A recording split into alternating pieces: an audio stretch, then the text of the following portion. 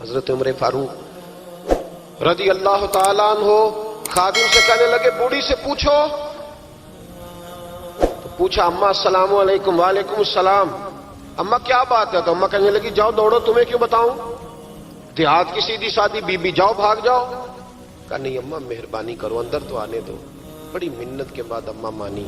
عمر فاروق عام آدمی نہیں جس سے دنیا کامتی ہے. حضرت عمر اندر گئے. اماں کیوں پریشان ہو؟ تو اماں کہنے لگی تمہیں کیوں بتاؤں، میرا اپنا دکھ ہے. چل اماں بتا دے، تیری مہربانی. اماں کہنے لگی میں ایک بیوہ ہوں، بے اولاد ہوں، کوئی میرا سہارا نہیں. مجھے عمر فاروق سے بڑی شکایت ہے. میرے اوپر 25 دینار کا قرضہ چڑھ گیا ہے اور 3 دن ہو گئے میں نے روٹی نہیں کھائی، اور عمر نے میری خبر نہیں لی. حضرت عمر کو پتہ چل گیا اللہ وارث ہے، اس کا کوئی 2 4 10 ہزار ووٹ کوئی نہیں. یہ کوئی میکے سے 6 مربے نہیں لے کے آئی، ایک اکیلی تنے تنہا. اور بھائی جب اللہ کا خوف ہوتا ہے تو پھر انسان ان غریبوں کو بھی مناتا ہے. پھر ریڑھی والے کی بھی اہمیت بڑھ جاتی ہے، پھر رکشے والے کی قدر بھی بڑھ جاتی ہے. حضرت عمر فاروق رضی اللہ تعالیٰ عنہ کہنے لگے اماں عمر سے شکوہ ہے؟ کہاں؟ جناب عمر کہتے ہیں میں نے ایک جملہ کہا تو اماں نے تو مجھے لاجواب کر دیا. میں نے کہا اماں عمر کو کیا پتا کہ تو بھوکی ہے اور مقروض ہے، اسے کیا خبر؟ تو اماں کہنے لگی کیا کہا تم نے؟ عمر کو خبر نہیں، اسے پتا نہیں؟ تو عمر سے کہو نا چھوڑ دے حکومت، اس کے حوالے کرے جو خبر رکھ سکتا ہے. کیوں بیٹھا ہے پھر؟ ہمارے حکمران کہتے ہیں ابھی میں صدمے میں ہوں، نکلوں گا تو بات کروں گا. نہ ادھر ادھر کی تو بات کر، یہ بتا کہ قافلہ کیوں لٹا. مجھے رہزنوں سے غرض نہیں، تیری رہبری کا سوال ہے. ہاں تجھے جواب دینا پڑے گا. حضرت سیدنا عمر فاروق رضی اللہ تعالیٰ عنہ سے اماں کہنے لگی نہیں خبر رکھ سکتا تو حکومت کیوں کرتا ہے، چھوڑتا کیوں نہیں؟ تو حضرت عمر کہتے ہیں میں کانپنے لگا. دوڑے گئے جناب عمر. میں نے کہا اس اماں کا 6000 ووٹ نہیں کہ اس کی قدر کی جائے. یہ اماں کوئی بہت آکسفورڈ یونیورسٹی کی ڈگری ہولڈر نہیں کہ اس کی بات مانی جائے. ایک لاوارث اور بیوہ بی بی. عمر دوڑے گئے، گھر سے اناج کا تھیلا کندھے پہ رکھا، 25 دینار بھی لیے، پکا پکایا کھانا بھی لیا. خادم کہنے لگا حضور مجھے دے دے میں اٹھا لیتا ہوں. تو حضرت عمر فرمانے لگے چل وعدہ کر قیامت کے دن بھی میرا بوجھ اٹھائے گا. کہنے لگا جی نہیں وہاں نہیں اٹھا سکتا. فرمایا پھر آج بھی نہ اٹھا، مجھے ہی اٹھانے دے، یہ میرا بوجھ ہے تو مجھے ہی. اماں کے سامنے 25 دینار بھی رکھے. پھر اماں کو حضرت فاروق اعظم نے 2 مہینے کا راشن بھی دیا، پھر پکا پکایا کھانا بھی دیا. معمولی آدمی کی بات نہیں کر رہا، 24 لاکھ مربع میل کا حکمران. حضرت عمر مدینے میں بیٹھ کے کبھی للکار دیں تو کیسر و کسرا کی ٹانگیں کانپیں. جناب عمر فاروق رضی اللہ کھانا کھلا کے اماں چارپائی پہ تھی تو عمر نیچے بیٹھ گئے. کہنے لگے اماں چل عمر کو معاف کر دے، چل چل جانے دے، کوئی عرض نہیں، بیچارے کو پتہ نہیں چلا. تو اماں کہنے لگی تو نے پھر عمر کا ذکر چھیڑ دیا. بیٹے میرے گھاؤ بڑے گہرے ہیں، میرے زخم بڑے سخت ہیں، کلیجہ پھٹے تو تجھے دکھاؤں کتنی تکلیف میں ہوں. میں تو پکا ہوا پھل ہوں، کسی وقت بھی دنیا سے چلی جاؤں گی. میں نے عمر کو معاف نہیں کرنا. جب میں قبر میں جاؤں گی نا، نبی کریم علیہ السلام آئیں گے تو میں عمر کی شکایت کروں گی. میں کہوں گی حضور اس سے پوچھئے یا رسول اللہ بیوہ اور بوڑھی کا خیال ہی نہیں کیا. تو آپ کے غلام کہتے ہیں میں نے عمر کو کبھی اتنا روتے نہیں دیکھا جتنا آج روئے. کہنے لگے اماں عمر کو میں جانتا ہوں وہ کمزور ہے، یہ شکایت نہ لگانا، وہ کمزور ہے، مقابلہ نہیں کر سکے گا، یہ شکایت نہ لگانا، چل معاف کر دے. تو اماں کہنے لگی اچھا تو مجھے کچھ اچھا لگتا ہے، جا تیری خاطر عمر کو معاف کیا، تو پیارا لگا ہے، جا معاف کیا، تیری خاطر معاف کیا، تیری خاطر عمر کو معاف کیا. حضرت عمر فاروق کہنے لگے مجھے لکھ کے دو. کون اتنے جتن کرتا ہے؟ کون؟ کسی سے کہنا جا اپنی اماں کو منا لے تو کہتے ہیں نہیں نہیں میری غلطی کوئی نہیں تو مناؤں کس بات پہ، ہمیں تو 20 دلیلیں آتی ہیں. جا ابا کے پیر پکڑ لے. پتہ ہے نبی پاک علیہ السلام نے فرمایا جس کا باپ راضی ہوگا اسی کا اللہ راضی ہوگا، اور جس کا باپ ناراض ہوگا وہ سارا دن وظیفے پڑھے اس کا اللہ راضی. یہ ابو داؤد شریف کی حدیث ہے. نا جی بڑی مہربانی پیسے نہ لائیے گا آپ. اب بات سنیں، وہ بھی میں سمیٹنے کی طرف آ رہا ہوں، ختم کر رہا ہوں، آپ میری بات پہ توجہ رکھیں. عزیز بھائی، نبی کریم صلی اللہ تعالی علیہ وسلم نے جو اپنے غلاموں کی تربیت کی تو حضرت عمر فاروق کہنے لگے لکھ کے دو.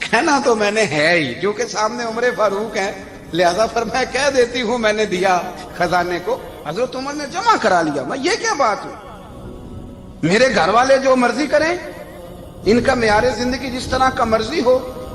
اور حضرت عمر ایک جملہ کہا کرتے تھے, اللہ کرے کہ یہ باتیں اس دور حاضر میں ہماری سمجھ میں آئیں.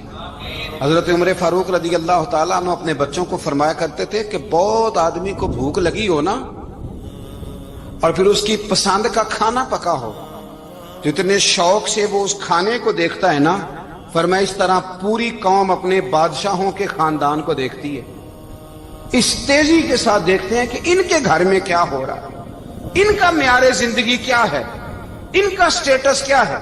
سیدنا فاروق اعظم رضی اللہ تعالی عنہ نے اپنے گھر کے اندر اپنے بچوں, آپ کے بچے دونوں کاروبار کے لیے مصر گئے, تو وہاں کے گورنر صاحب نے لوگوں سے, ایک بہت بڑا قافلہ گیا مدینے سے مصر تجارت کے لیے, جاتے ہیں نا آج بھی قافلے کئی ملکوں میں, تو یہ گئے تجارت کے لیے. تو حضرت عبداللہ ابن عمر, حضرت عبید اللہ ابن عمر, حضرت عمر کے دونوں بیٹے گئے. جناب عمر فاروق کے بچے جب وہاں پہنچے تو مصر کے گورنر نے نا لوگوں کو تعارف کرایا کہ یہ عمر فاروق کے بیٹے ہیں. یہ حضرت یہ چودھری کے بیٹے کو کون بتاتا ہے کہ تو چودھری کا بیٹا ہے؟ باہر والے بتاتے ہیں, گھر والے جی. اور سیٹھ صاحب کے بیٹے کو کون بتاتا ہے کہ تو سیٹھ صاحب کا بیٹا ہے؟ اور مالک کو کون بتاتا ہے کہ تو مالک کا بیٹا ہے اور یہ کرایہ دار ہے؟ یہ کون بتاتا ہے؟ یہ سوچ ہم دیتے ہیں بچوں کو. چودھری اور کمی کی سوچ, امیر اور غریب کی سوچ, مالک اور کرایہ دار کی سوچ, گھر کے مالک کی اور کام کرنے والے کی سوچ, یہ ہم دیتے ہیں. یاد رکھنا جی, ہم دیتے ہیں, یہ ہمارا مزاج ہے, یہ باہر سے نہیں آتی. تو کوئی شہزادہ ہے, تو سیٹھ ہے, تو نواب ہے, یہ سوچ باہر سے نہیں آتی. یہ اماں سوچ دیتی ہے, اماں, یہ ابا سوچ دیتا ہے. اور پھر جب تباہی اترتی ہے تو اس کے ذمہ دار بھی باہر والے نہیں ہوتے, گھر والے ہوتے ہیں. گھر والے, ہمارے بچوں کی طبیعتوں پر زیادہ نقش باہر والوں کا نہیں ہوتا, گھر والوں کا ہوتا ہے. یاد رکھیے گا. حضرت عمر فاروق رضی اللہ, بچے ہیں, شہزادے ہیں, وہ کاروبار کرنے گئے اور وہاں لوگوں نے بتایا گورنر صاحب نے کہ یہ فاروق اعظم کے بچے, امیر المومنین کے. لوگوں نے ان سے زیادہ مال خریدا, تجارت میں زیادہ نفع ہوا. ظاہر ہے کہ وہ آپ کے جو اللہ خیر کرے حکمران ہیں, ان کے کاروبار کتنے ملکوں میں ہیں, کس بنیاد پر ہیں؟ وہ صرف اس بنیاد پر کہ وہ حکمران رہے, ان کے لیے آسان تھا بڑے لوگوں سے تعلقات بنانا. حضرت عمر فاروق رضی اللہ تعالیٰ عنہ کے بچے ڈھیروں مال کما کے جب واپس آئے نا, تو حضرت عمر سے آ کے بچوں نے بطور محبت کا, ابا جی اللہ نے بڑا ہی فضل کیا ہے, بڑا مال کمایا الحمدللہ, یہ دیکھیں کتنا نوازا ہے. تو حضرت عمر کہنے لگے سارے قافلے نے اتنا ہی کمایا ہے, سارے قافلے نے اتنا ہی کمایا ہے؟ تو حضور نہیں, سارے قافلے نے اتنا نہیں کمایا, سب کو اتنا نہیں ملا. وہ تو وہاں گورنر صاحب نے لوگوں کو تعارف کرایا تھا کہ یہ عمر کے بچے ہیں, تو لوگوں نے پھر ہم سے بڑا ہی خریدا. تو حضرت عمر فرمانے لگے ٹھیک ہو گیا, میں بات سمجھ گیا. اس طرح کرو, جو تمہاری اصل زر تھی نا, جو راز تھی, وہ رکھ لو, اور باقی سارا مال خزانہ میں جمع کرا دو. اس لیے کہ یہ تم نے تجارت نہیں کی, یہ تم نے اپنے باپ کا نام بیچا ہے, یہ تم نے امیر المومنین کے بیٹے ہونے کا فائدہ اٹھایا ہے. فرمایا یہ تمہارا نہیں حق, یہ مسلمانوں کا ہے. اس لیے کہ یہ مال تم نے محنت سے نہیں کمایا, یہ باپ کی کرسی کا فائدہ اٹھایا ہے. اور فرمایا اگر تم نے مال جمع نہ کرایا تو میں مال بھی لے لوں گا زبردستی, اور کوڑے بھی ماروں گا, ڈبل سزا دوں گا. مرضی سے جمع کراؤ گے تو کوڑوں سے بچ جاؤ گے. بڑے بیٹے نے تو جمع کرا دیا, تو چھوٹا تھوڑا پریشان ہوا. تو حضرت عبداللہ ابن عمر چھوٹے کا ماتھا چوم کے کہنے لگے بیٹے چپ کر کے جمع کرا, یہاں بھی فخر کر کے ہم عمر کے بیٹے ہیں, اور قیامت میں بھی فخر کریں گے کہ ہم فاروق اعظم کے بیٹے ہیں. یہاں بھی ناز کریں گے اور وہاں بھی ناز کریں گے کہ عمر کے بچے ہیں. ہمارے باپ نے خود بھی حلال ہی کھایا ہے, اور جب ہماری کمانے کی باری آئی ہے تو ہمیں حکم بھی حلال کھانے کا دیا. بھائی ہمارا مزاج نہیں. بچہ جب لے کے آتا ہے 2 لاکھ روپیہ تو کبھی پوچھا کہاں سے آیا ہے؟ جب وہ پہلے دن غلط دوستوں کے پاس جا کے بیٹھتا ہے تو کبھی نکالا ہے گھر سے اسے؟ یہ بہت سارے خمیازے ہمیں اس لیے بھگتنے پڑتے ہیں کہ ہم ابتدا میں سوراخ بند نہیں کرتے، جب اس میں شگاف پڑ جاتا ہے، سیلاب آتا ہے تو ہمیں ہوش آتی ہے۔ حضرت عمر نے اپنے گھر میں نگرانی رکھی، کڑی نگرانی۔ زیادہ نماز گھر میں پڑھتے تھے حضرت عمر، نفلی نمازیں زیادہ کیوں بلا؟ بھائی یاد رکھیں کہ آپ نے اگر سجدہ کرنا ہے تو بچہ لیٹ جائے گا، وہ اسے پتا کوئی نہیں سجدہ کیا ہے، لیکن جب گھر میں کبھی قرآن ابا جی کھول لینا، جب ابا جی کا موڈ بن جائے نا لیکچر دینے کا، وہ گھر میں شروع ہو جاتے ہیں، کہتے ہیں آپ لوگ نماز نہیں پڑھتے اس لیے میرے کاروبار میں برکت کوئی نہیں تھی، تم سویرے قرآن پاک نہیں کھولتے تو میں تباہ ہو گیا۔ تو میاں آپ نے کب گھر میں قرآن پاک کھولا تھا؟ آپ نے کب نماز پڑھی؟ آپ نے کب گھر کے اندر اللہ رسول کا ذکر کیا تھا؟ آپ نے کب حدیث چھیڑی؟ آپ نے بھی تو گھر کے اندر جب بھی آپ آئے ہیں تو آپ نے وہی کچھ کیا جو دنیا دار کرتے ہیں۔ آپ بھی تو اپنا موبائل لے کے الگ کونے میں بیٹھ گئے، آپ نے بھی تو کہا ہے کہ اب تمہارے چینل ختم، اب میری مرضی والا چلے گا۔ تو جو آپ نے کیا ہے بچے بھی وہی کام کریں گے۔ آپ نے بھی گپ شپ لگائی ہے تو وہ بھی لگا رہے ہیں۔ یہ سمجھ لیں جو کام آپ کریں گے، آپ اپنے بچوں کی سیرت میں اس کا جلوہ دیکھ لیں گے۔ بڑی پکی سی بات ہے کہ آپ کو بچے کی عادتیں دیکھ کے سمجھ آ جائے گی کہ میں بھی یہی کرتا تھا اور یہ بھی۔ حضرت عمر فاروق رضی اللہ تعالیٰ عنہ وصال فرما گئے تو آپ کے وصال کے بعد حضرت عثمان غنی رضی اللہ تعالیٰ عنہ نے آپ کی ایک بیوہ سے نکاح کیا، حضرت عمر کی ایک بیوہ سے۔ جب وہ آپ کے نکاح میں آئی تو کہنے لگی حضرت عثمان غنی سے کہ حضور نہ تو میں خوبصورت ہوں اور نہ میں جوان ہوں، نہ آپ کی کوئی خدمت کر سکتی ہوں، میرے ساتھ نکاح کرنا سمجھ میں نہیں آیا۔ کیا شاندار جواب دیا حضرت عثمان غنی نے، کیا خوبصورت جواب دیا۔ فرمانے لگے میں نے اس لیے نکاح نہیں کیا کہ مجھے تمہارے حسن سے دلچسپی تھی یا تمہاری خدمت کی ضرورت تھی، میں نے تو اس لیے نکاح کیا ہے کہ مجھے بتاؤ عمر فاروق گھر کے اندر اپنے رب کی عبادت کس طرح کرتے تھے، وہ قرآن پاک کس طرح پڑھتے تھے، وہ رویا کیسے کرتے تھے، استغفار کا طریقہ کیا، کس وقت کس انداز میں وہ اپنے رب کو یاد کرتے تھے۔ اس لیے کہ عمر کئی دفعہ گھر سے آتا تھا تو میں اس کے چہرے پر نور دیکھا کرتا تھا، میں روشنی دیکھتا تھا، ایک معیار دیکھتا تھا۔ نکاح اس لیے کیا ہے کہ مجھے عمر کی جو گھر کے اندر کی عبادت ہے اس سے آگاہ کرو، تاکہ عثمان غنی بھی چاہتے ہیں اس طرح کے عمل کرو جس طرح کہ عمر فاروق کر کے گئے ہیں۔ بھائی جب تک ہم اپنے گھر میں وہ توجہ نہیں دیں گے، وہ مزاج دیکھیں نا، ہمارے گھروں میں جب نقشہ پاس ہوتا ہے تو ٹی وی لان بھی اس میں ہوتا ہے، ڈرائنگ روم بھی ہوتا ہے، نماز کی جگہ بھی ہوتی ہے نقشے میں۔ صحابہ جب گھر بناتے تھے تو ایک مسجد بیت کا نقشہ پاس کرتے تھے، ذہن میں رکھتے تھے کہ یہ کونا نماز کے لیے، وہاں جوتے لے کے کوئی نہیں جائے گا، وہاں نماز پڑھی جاتی تھی، عورتیں وہاں اعتکاف کرتی تھی۔ ٹی وی لان تو آ گیا ہے اور گھر کے اندر ٹی وی رکھنے کے لیے تو ایک کمرہ الگ سے بنا دیا گیا ہے، اور اب جو نئے نقشے پاس ہو رہے ہیں اس کے اندر گھروں کے اندر جگہ بنائی گئی ہے جہاں کمپیوٹر رکھے جائیں، اور بچوں کے لیے وائرنگ ہوگی نیچے تاکہ انہیں کوئی مشکل درپیش نہ ہو۔ یہ ساری چیزیں ہم نے نہانے کے لیے گھروں کے اندر اتنے بڑے واش روم بنائے ہیں کہ لگتا یہ ہے کہ سوائے نہانے کے اور کام ہی نہیں کوئی گھر میں ہوگا، ہر چیز آ گئی۔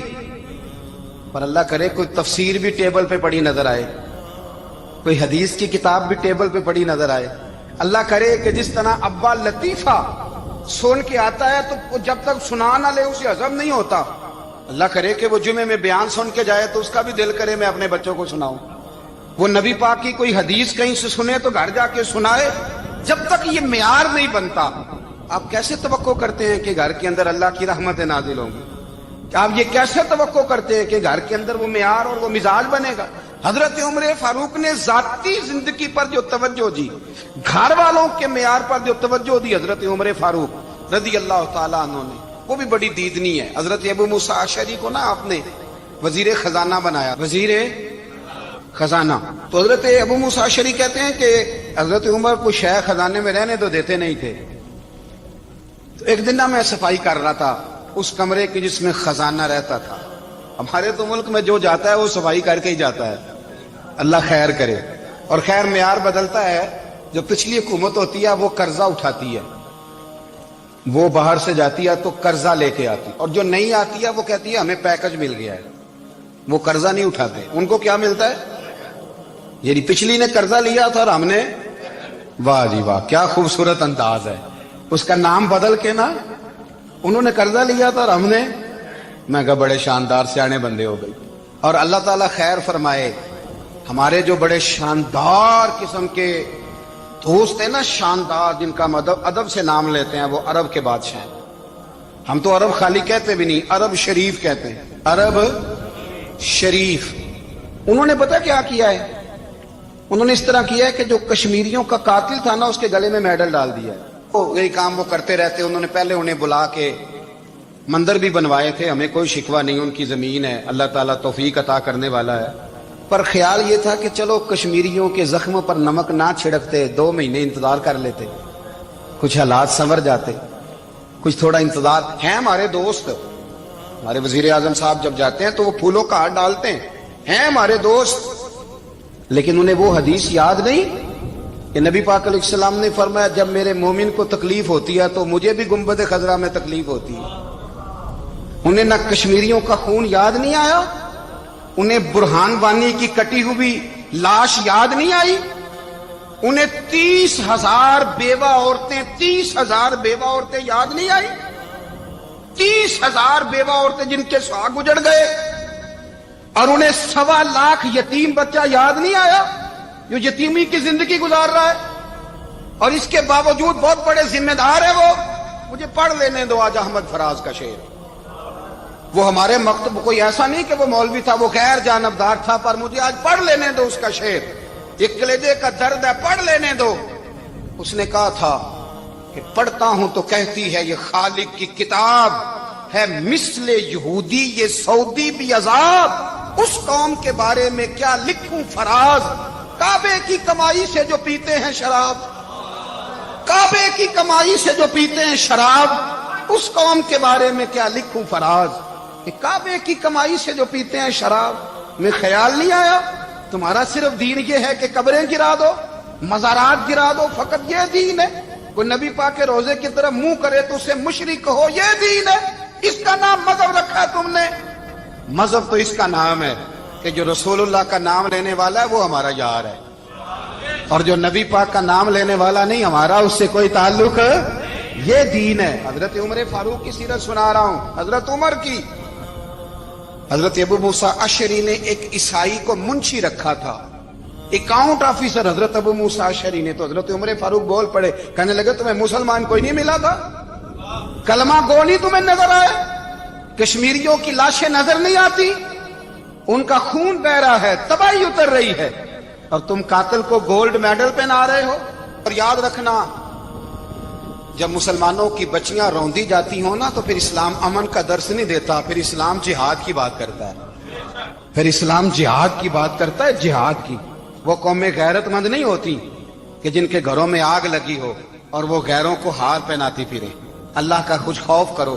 زندگی مختصر ہے. دبئی میں کتنے رہے اور کتنے چلے گئے. خدا را کچھ خدا تم سے اچھے تو وہ نیو یارک کے رائٹر ہیں جو کم از کم اپنے کالموں میں کشمیر کی بات کرتے ہیں. تم سے اچھا برطانیہ کا وہ شخص ہے جو کم از کم BBC لندن پہ رپورٹ جاری کرتا ہے تو کہتا ہے کشمیر پہ ظلم ہو رہا ہے. تم سے تو وہ اچھے رہ گئے. تم نے بات کرنا تو دور کی بات، تم نے دشمنوں کے گلے میں ہار پہنانے شروع کر دیے. کل جب پوچھیں گے بلا کے تم کو اپنے سامنے، کیا جواب جرم دو گے تم خدا کے سامنے؟ بڑی تکلیف ہوئی، بڑی تکلیف ہوئی. وہ نا منصور حلاج کو پھانسی دی جا رہی تھی تو حضرت جنید بغدادی بھی آ کے دیکھنے لگے. تو منصور حلاج کہنے لگے بابا سارا زمانہ دیکھے پر تو نہ دیکھ. سارا زمانہ تماشا دیکھے انہیں تو پتہ کوئی نہیں نا، تو نہ دیکھ. عرب شریف والو، ٹرمپ اسے انعام دیتا تو تکلیف کوئی نہیں تھی، ملکہ وکٹوریا اسے انعام دیتی تو تکلیف کوئی نہیں تھی، پر تم تو نہ ایسا کرتے. تم تو اپنے تھے، تم تو کلمہ گو تھے، تم تو یہ ظلم نہ کرتے، تم تو یہ حرکت نہ کرتے. میں کہتا ہوں ٹھہر ہی جاتے. جانا نہیں دنیا سے، اللہ کے حضور حاضر نہیں ہونا. جب رسول اللہ قبر میں آئیں گے تو کیا جواب دو گے؟ خدا را حضور نے فرمایا تھا گناہ روک نہیں سکتے تو دل میں ہی برا جان لو. ذالک اضعف الایمان، یہ کمزور ایمان ہے. کم از کم اتنی حد تک تو آ جاؤ، دشمن سے گلے تو نہ ملو. خدا را سمجھے ہمارا پہلا تعارف یہ ہے کہ ہم رسول اللہ کے غلام ہیں. اقبال نے کہا تھا وطن کا بت نہ بنانا، وطن کو بت نہ بنانا. اقبال کہنے لگے ان تازہ خداؤں میں بڑا سب سے وطن ہے، جو پیرہن اس کا ہے وہ مذہب کا کفن ہے، اس لیے کہ بازو تیرا توحید کی قوت سے کمی ہے۔ اسلام تیرا دیس ہے، اسلام تیرا دیس ہے، کیونکہ تو مصطفی ہے، تو نبی پاک والا ہے، مصطفیٰ والا۔ اسلام تیرا دیس ہے، تو مصطفی ہے۔ امریکہ میں جو مسلمان رہتا ہے ہمارا بھائی ہے، اور پاکستان میں جو مرزائی رہتا ہے اس سے ہمارا کوئی تعلق نہیں ہے۔ حضرت عثمان غنی نے اپنے چچا کے بیٹے سے کہا تھا کہ تو کلمہ نہیں پڑھتا تو تیرا میرا رشتہ کوئی نہیں۔ بلال حبش سے آیا ہے پر میرے نبی کا غلام ہے تو سگے بھائیوں سے بھی آگے ہے۔ ہزاروں قومیں وجود میں آئیں دہر میں خشک و تر کے رشتے سے، پر ہم نے بنیاد دوستی رکھی یاد خیر البشر کے رشتے سے۔ اپنی ملت پر قیاس اقوام مغرب سے نہ کر، خاص ہے ترکیب میں قوم رسول ہاشم۔ کچھ خیال کرے، پہلا تعارف دین ہے، اگر دین نہیں تو پھر کسی وطن کی کوئی ضرورت۔ اس لیے کہ پاکستان کا تصور اقبال نے پیش کیا نا، تو اقبال کہنے لگے ان تازہ خداؤں میں بڑا سب سے وطن ہے جس کو تم بت بنا کے پوجتے ہو۔ ہمارا وطن تو ہمیں جان سے زیادہ پیارا ہے، پر پہلے پاکستان نہیں، پہلے اسلام، پہلے اسلام تیرا دیس ہے، تو مصطفی ہے۔ تو آمدام برسر مطلب حضرت عمر فاروق رضی اللہ تعالی عنہ۔ حضرت سیدنا ابو موسیٰ اشعری کہتے ہیں کہ میں نے نا صفائی کی، مال غنیمت کی میں نے صفائی کی، تو ایک دینار مجھے نا کہیں پڑا ہوا مل گیا، تو فرماتے ہمیں اجازت ہوتی تھی کہ ایک آدھ دینار ہم اپنی مرضی سے کہیں خرچ کر سکتے۔ تو حضرت عمر کے بیٹا گزر رہا تھا، تو حضرت ابو موسیٰ اشعری کہتے ہیں میں نے صفائی کی تو ایک دینار نکلا، تو میں نے وہ ایک دینار نا حضرت عمر کے بیٹے کو دے دیا۔ میں نے کہا لو بیٹا اپنے چچا کی طرف سے تحفہ۔ تو گھر جا کے انہوں نے حضرت عمر کو بتایا کہ چچا نے پیسے دیے ہیں، چھوٹے بچے تھے۔ حضرت عمر نے حضرت ابو موسیٰ اشعری کو بلا لیا اور بلا کے فرمانے لگے میں تو تمہیں اپنا دوست جانتا تھا اور تو نے میری اولاد کو ہی دنیا دار بنانا شروع کر دیا، میرے بچوں کو ہی تم نے دنیا دار پیسوں پہ لگانا شروع کر دیا، میں تو تمہیں یار سمجھتا تھا۔ فرمایا تمہیں چاہیے تھا میرے بیٹے کو نصیحت کرتے کہ بیٹا پیسوں سے رب راضی نہیں ہوتا، اس کی رضا والے کام کیے جائیں تو رب راضی ہوتا ہے۔ اور فرمایا تمہیں کوئی اور گھر نہیں ملا تھا تباہ کرنے کے لیے، میرا ہی گھر ملا تھا، اٹھاؤ اپنا دینار اور خبردار آج کے بعد میرے بچوں کے ساتھ یہ والی نیکی نہ کرنا۔ اور ہمارا کیا سٹیٹس ہے، دوستی ہے یہ اس سے جو تحفے زیادہ دے، جو بچوں کو خراب کرنے میں مدد زیادہ کرے اس کے ساتھ گرانا۔ حضرت عمر نے گھر پہ اور سب سے بڑھ کر اپنی ذات پہ توجہ کی۔ حضرت ابو مالک رضی اللہ تعالیٰ عنہ کہتے ہیں میں عمر کے پیچھے پیچھے ایک باغ میں گیا، اکثر اس باغ میں جایا کرتے تھے، اور عمر جا کے نا تو درخت کے نیچے بیٹھ گئے اور فرمانے لگے او امیر المومنین اللہ سے ڈر جا، ورنہ جس رب نے حکومت دی ہے وہ عذاب بھی بڑا دے گا، ڈر جا رب سے۔ کبھی ساری زندگی حضرت عمر نے اپنا کوئی تعارف نہیں کرایا، کبھی نہیں۔ ایک بندے نے آپ کے سامنے تعریف کر دی آپ کی تو فرمانے لگے تو خود بھی ہلاک ہوا اور مجھے بھی ہلاک کر دیا، کیا ضرورت پڑی ہے میری تعریفیں کرنے کی، اتنی دیر میری تعریف میں لگائی، اللہ کا ذکر کرتا رب تجھے ثواب دیتا، حضور پہ درود پڑھتا تو رب تیرے اوپر رحمتیں نازل کرتا، کس چکر میں ہے؟ آج جتنا اچھی کوئی خوشامد کرے اتنی اچھی وزارت ملتی ہے، جتنی اچھی اس کو جو ہے وہ چاپلوسی کرنی آیا درجہ بھی اسے اتنا ہی اچھا ملتا ہے۔ حضرت عمر فاروق رضی اللہ تعالیٰ عنہ آپ کے بیٹے کہتے ہیں، صاحب فتوح الشام نے لکھا ہے، آپ کے صاحبزادے کہتے ہیں میں نکلا تو میرے ابا جی نا اپنی پشت پر مشکیزہ رکھ کے کنویں سے پانی بھر کے آ رہے، میں دوڑ کے آگے گیا، میں نے کہا ابا جی مجھے دے دے۔ فرمانے لگے بیٹا تیرا کیا خیال ہے، کوئی اور نہیں تھا مشکیزہ بھر کے لانے کے لیے، تیرا کیا خیال ہے؟ کہا ابا جی بڑے لوگ تھے پر آپ کیوں اٹھا رہے ہیں؟ فرمانے لگے نفس نا ذرا میرا بڑا ہو گیا تھا، اسے ذرا ذلیل کر رہا ہوں، ذرا اپنا محاسبہ کر رہا ہوں، یہ مجھے کہہ رہا تھا تو بڑی چیز ہے، تو میں نا ابھی مشکیزہ گھر رکھ کے آؤں گا، پھر تیری ماں نے مجھے کہا ہے کہ گھر میں لکڑیاں کوئی نہیں جلانے کے لیے، پھر میں جنگل سے لکڑیاں کاٹ کے لاؤں گا، اب میں امیر المومنین بن کے نا تو میرا نفس تھوڑا بڑا ہو گیا۔ اب یقین کریں ہمارا ہاضمہ خراب ہو جاتا ہے جب تک ہمارا تعارف صحیح نہ ہو، ہمارا تعارف ٹھیک نہ ہو، میں یہ ہوتا ہوں میں وہ ہوتا ہوں، چھوڑ مٹی دیں تے مٹی رہنا ہی، مٹی دیں تے مٹی دیں تے مٹی رہنا ہی، ایویں کادی بلے بلے اج مٹی دے اتے بندیا تے کل مٹی دے تھلے، مٹی دیں تے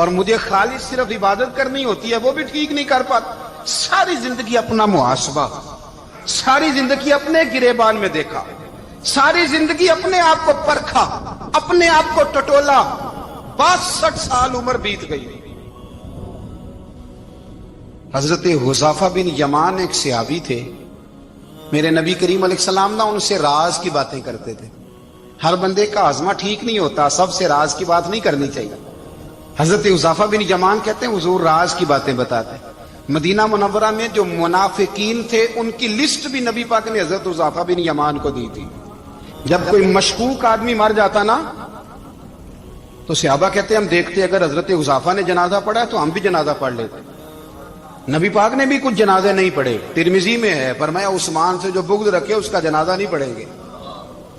حضرت حذیفہ بن یمان اگر جنازہ پڑھتے تو لوگ پڑھتے, وہ نہ پڑھتے تو لوگ جنازہ نہ پڑھتے. حضرت حذیفہ بن یمان کہتے ہیں جناب عمر فاروق کی خلافت کے آخری ایام تھے, کچھ دنوں کے بعد وہ شہید ہو گئے. فرماتے آدھی رات کا وقت تھا, میں گھر میں سویا تھا بڑا بے فکر, اچانک میرے دروازے پہ دستک ہوئی, میں گھبرا کے اٹھا. اتنی رات کو کون آیا؟ اتنے قربان جاؤں, دروازے پہ گیا تو امیر المومنین فاروق اعظم دروازے پہ.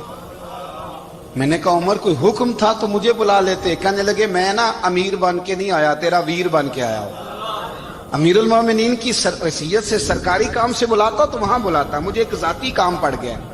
کہتے میں نے عمر کو گھر کی اندر بلا کے چارپائی پہ بٹھایا. میں نے کہا حضور میں غریب آدمی ہوں, میں کیا آپ کے کام آ سکتا ہوں؟ تو کہتے ہیں انہوں نے نا مجھے ساتھ بٹھا لیا, پھر میرا ہاتھ پکڑ لیا. کہنے لگے تو عمر کو جانتا ہے؟ عمر جھوٹ نہیں بولتا. تو جانتا ہے؟ تو عمر وعدوں کا پکا ہے. کہا حضور جانتا ہوں.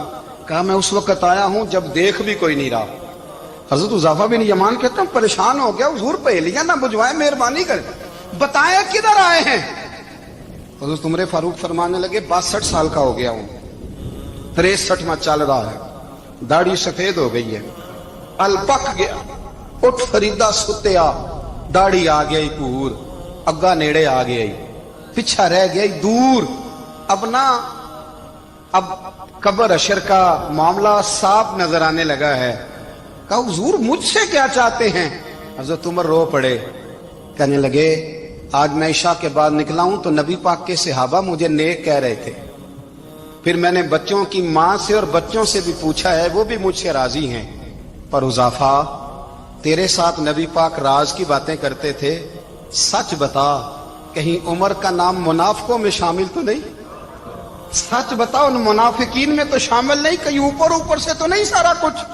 حضرت حذیفہ بن یمان کہتے ہیں میں باپ کے مرنے پہ اتنا نہیں رویا جتنا عمر کے سوال پہ رویا. میں قدموں میں بیٹھ گیا. میں نے کہا نہیں عمر, یہ تو میں نے نہیں سنا, لیکن یہ میں نے نبی پاک سے ضرور سنا ہے کہ میرے بعد اگر کوئی نبی ہوتا تو عمر ابن خطاب ہوتا. یہ میں نے اپنے کانوں سے سنا ہے کہ عمر جس گلی سے گزرے شیطان رستہ بدل جاتا ہے. یہ میں نے اپنے کانوں سے سنا ہے کہ 950 سال حضرت جبریل جناب عمر کی شان بیان کرے تو پھر بھی بیان نہیں ہو سکتا. یہ میں نے ضرور سنا. دوستو ساری زندگی حضرت عمر نے اگر دوسروں کا محاسبہ کیا تو اپنا اور اپنے بچوں کا بھی کڑا خیال رکھا, اپنی ذات پر بڑی توجہ دی. جو لوگ اپنا بھول جاتے نا, ہمیں اپنی صحت کا بڑا خیال ہے لیکن اپنی روحانی زندگی کا کوئی خیال نہیں ہے, قلبی زندگی کا کوئی تصور نہیں ہے. آپ یقین کریں موٹا آدمی کمزور ہونے کے لیے جدوجہد کر رہا ہے, کمزور طاقتور ہونے کے لیے, لیکن جس کو کتنے دن بیت گئے اللہ رسول کی یاد میں رویا ہی نہیں, کتنے دن بیت گئے نہ سننے کو دل ہی نہیں چاہا, جسے مہینوں بیت گئے اور قرآن پاک کی طرف نظر ہی نہیں گئی, وہ فکر مند ہی نہیں. زندگی زندہ دلی کا نام ہے, مردہ دل کیا خاک جیا کرتے ہیں.